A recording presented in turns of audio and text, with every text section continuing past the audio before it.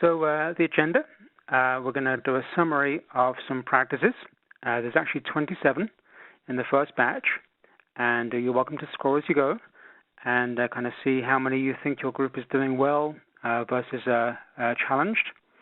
Then we'll look at some typical life cycles used, and does it really matter, whether you're using Waterfall, Agile, Scrum, etc. And we'll look at the similarities of those and how they kind of merge together. Then we'll look at some other practices about lean. Often people that are doing Agile believe they are lean also, and sometimes they are, and sometimes there are additional things you can do to become more lean. We'll discuss those practices. And then lastly, systematically improving, how people typically collect and organize data, lessons, metrics, etc., and then put those back into the organization for future use. And then there'll be plenty of time for Q&A at the very end. So score as you go. Don't feel bad if you put a bunch of zeros down. All these things are highly achievable. There's nothing particularly difficult.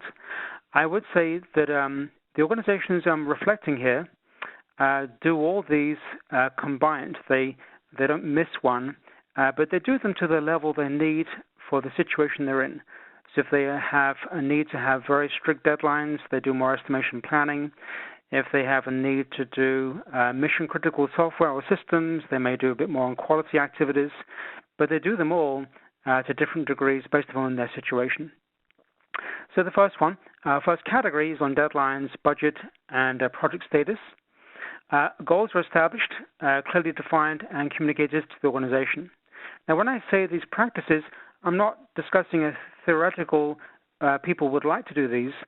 This is really a reflection. If you stand in the organization, like when I visit these organizations, and you stay there maybe for 2 weeks and ask questions and look around, this is kind of what you see being done on a routine and systematic basis. And you go away for a year, come back in a year, and they're still doing those things.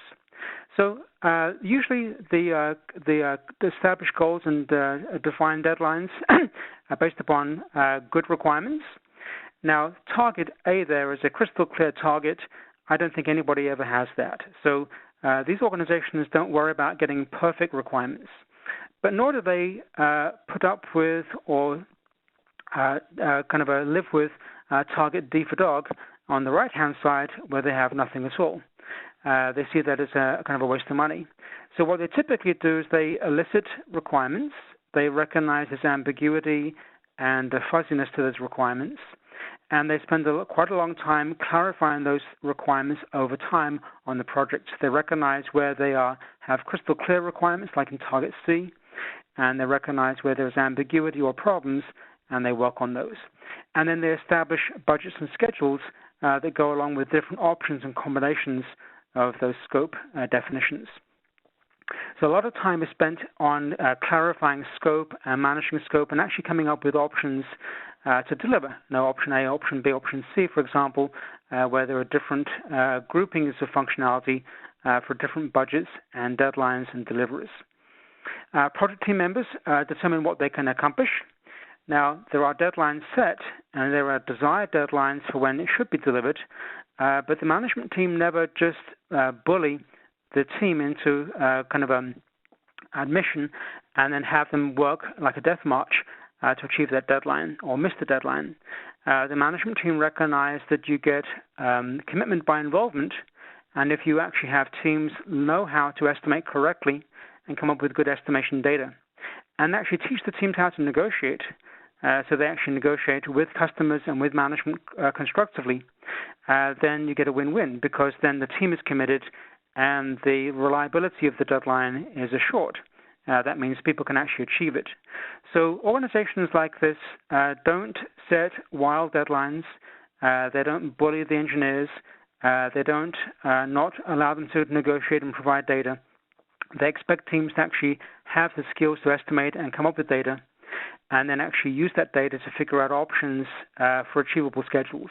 And the goal is coming up with an achievable schedule that both the team believe they can achieve and the customer kind of wants, and that requires some negotiation skills too.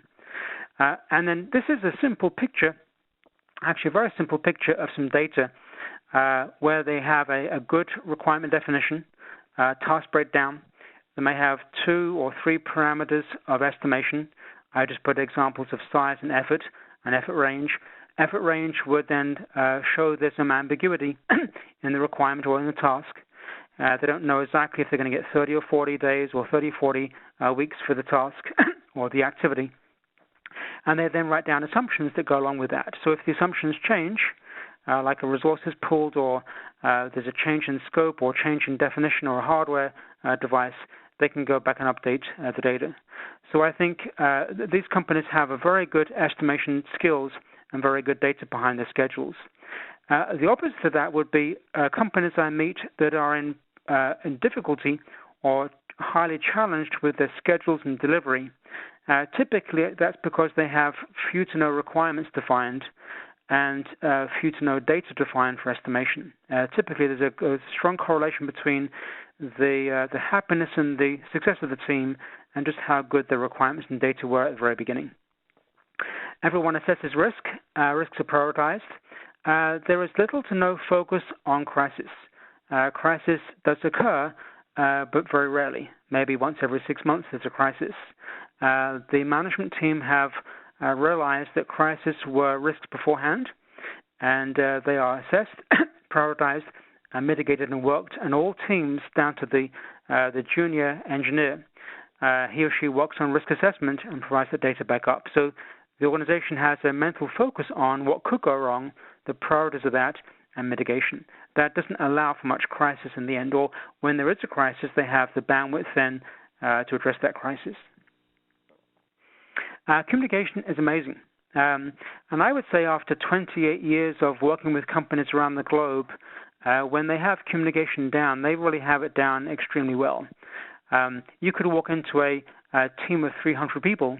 There may be some sub-teams made up of that 300-group organization, but everybody understands what they're working on, where it is, who's working on what the status is, where there's a change. They really have designed communication very well in the program. Now, I'll give you some examples of this. The first example is a low process maturity organization. A group of individuals is called a team. They have no common goal. Communication is sporadic. And the PM has been assigned, but he or she doesn't like the PM. They were a tester or a developer or an expert in a particular domain, and they've been assigned as a PM for status or for promotion or to get a kind of higher paycheck. And they don't really want to do PM activities, and so therefore they kind of don't. And so you have a group of individuals that are very good individuals, but they're really assigned to the wrong position for their kind of a work, and they don't communicate particularly well either. That would be an example of not doing these practices. A medium process maturity team will be like a Scrum team or an Agile team or a regular project team. A team is formed. They have a common goal. Communication is periodic, weekly, daily, whenever. And the PM and or Scrum Master facilitates. The PM and Scrum Master actually want to do the job. They like to do that kind of job. It's their nature. And they do it very well as a team. And then lastly, great process maturity. You walk into a program, and maybe the program is a bunch of 10 projects, and each project is 10 people. Many teams work together, common group and product goal, systematic communication, teams and across teams, and the PM is proactive. So they work like clockwork. The bigger program of maybe 300 people actually works like a smaller project of 10 people.